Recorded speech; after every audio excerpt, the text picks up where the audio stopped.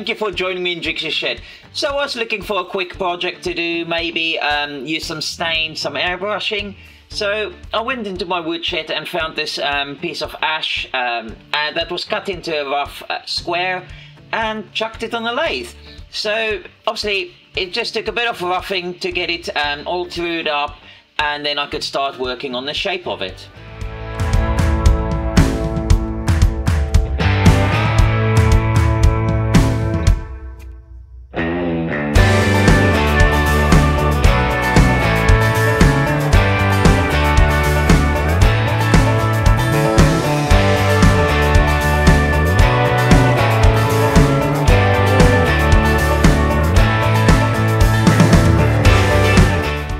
So my initial intention was to put stain on the outside of the bowl. However, I got to this point and there's this lovely inclusion area that's got a bit of a burr effect around it, and I decided to leave the outside natural and also go with a fairly simple shape, as there was so much lovely character in the wood that it didn't need much done to it.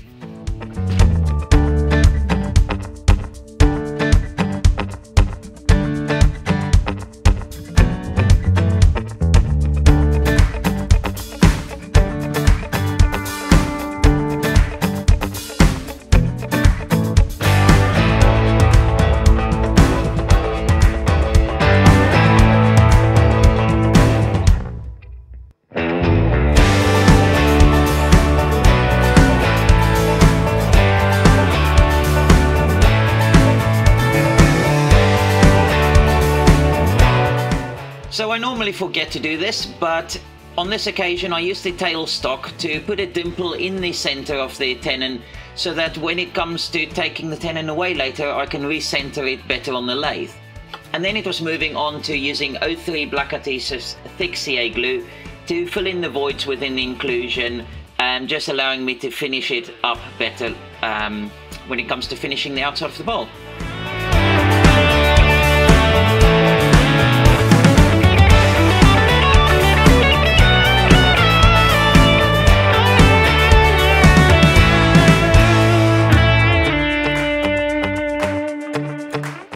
So for finishing the outside of the bowl, I followed my normal process of sanding to 400 grit, applying cellulose sanding sealer, and obviously once that cured, I moved on to denibbing it with the Chestnut Products Web pads, so you use it from the coarser to the finer one, and then applying Yorkshire Grit to just enhance that shine even more.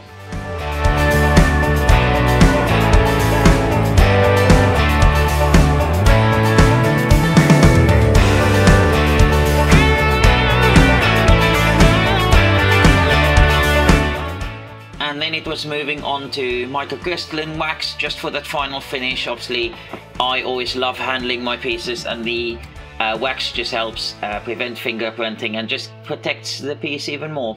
But again, obviously just polishing it up really brings out that shine. And then it was moving on to the inside of the bowl.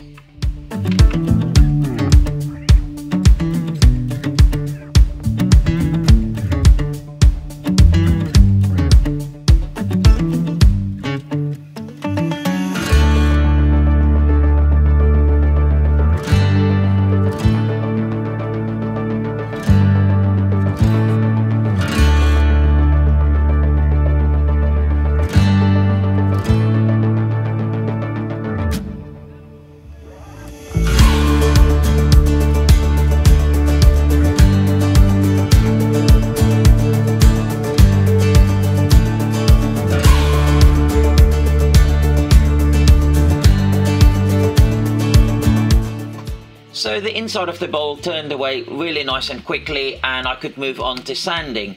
Now again, sanding to 400 grit, but I'm not going to keep you through the whole process. Instead we'll skip on to the next stage. So obviously with the open grain nature of ash, it's really nice to highlight the grain, and for that I use the Chestnut Products Black Spirit stains, apply to the whole of the bowl and then sand it away, and it will just remain in the grain. And again I sanded back up to 400 grit before using the airbrush to apply the Crimson Guitars Vibrant Stunning Stains for this bowl I decided to go with the mango and oxblood colors.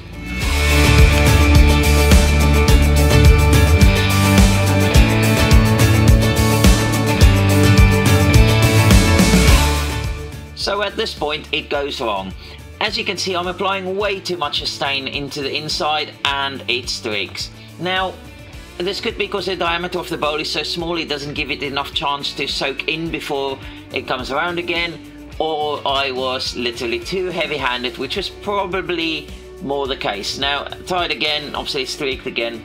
But even though it wasn't the effect I was going for, blending it in with the paper towel seemed to give a nice effect that I was happy with.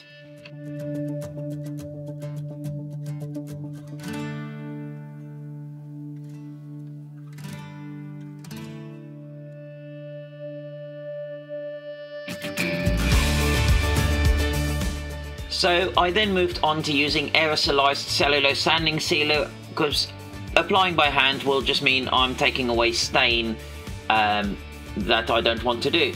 However, I applied too much in a spray and I had a gloop formation, so it was to sand it back and start again.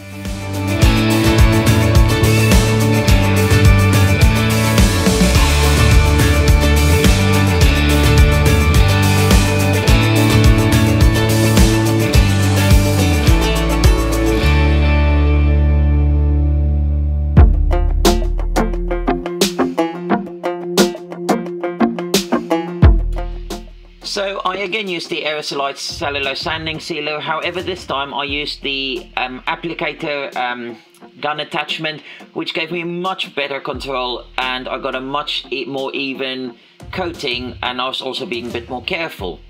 Once I had enough of that and I was happy that I'm not going to streak the stains, I used the standard cellulose sanding sealer and applied it by hand. And I did a few coats of this before moving on to using melamine lacquer.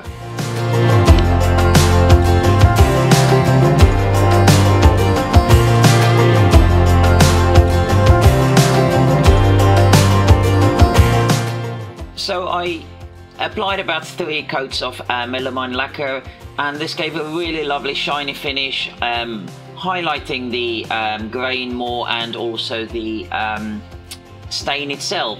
Now I probably should have done a few more coats, only because after the finishing process of using the abrasive materials such as the eyewear pads and then Yorkshire Grit, I did seem to hit some of the stain again as it was coming off on the paper towel. However, I'm still really pleased with the overall finish of this, and yeah, great for experimentation and just great bit of fun time in the workshop.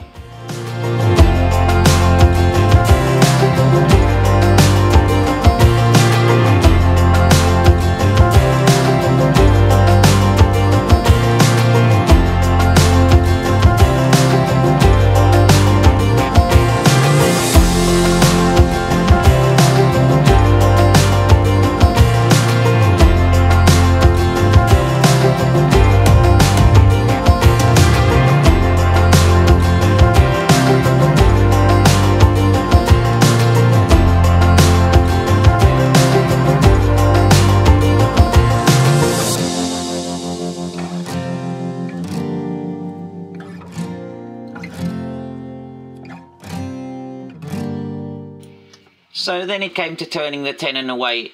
So obviously using the coil jaws with the tailstock holding it in position as well. And I just used the grey bits you can see spinning around there is just some of the non-slip matting, just to try and protect the bowl from damage.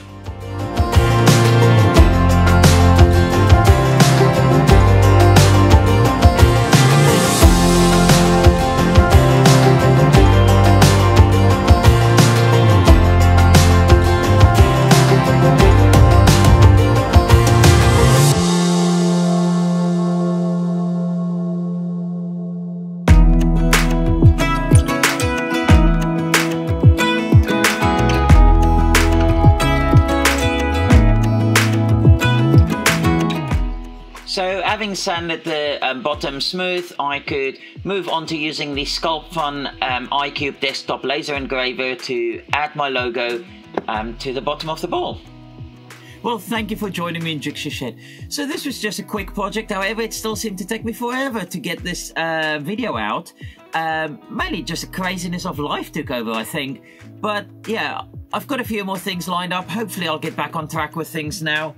But yeah, there's a little ash bowl. I had a lot of fun doing this, and there's some lovely bits of figure in it as well. Including this inclusion here. Obviously it does come through on the other side. Just filled that with some O3 adhesive. And but it's got a bit of a burr effect around it as well, and then some lovely curling going on as well, which is highlighted by the mango stain. Now obviously, as you saw in the video, I had a few issues with applying the stain, possibly because of the size of the bowl, and also I applied too much with the airbrush, so it was streaking, had to sand it back and just redo it by hand. But yeah, I do like how that's turned out. And then obviously on the back I put my logo on there with the SculptFun iCube desktop laser. Now the ash is not the best to try and use the engraver with. I had to do about 3 passes, but obviously because of the hard and soft grain it doesn't work evenly, but still a lot to experiment with there and a lot of fun to be had. But yeah, anyway, I hope you enjoyed the video. If you did, give it a thumbs up, leave me a comment down below, and I hope to see you next time. Take care.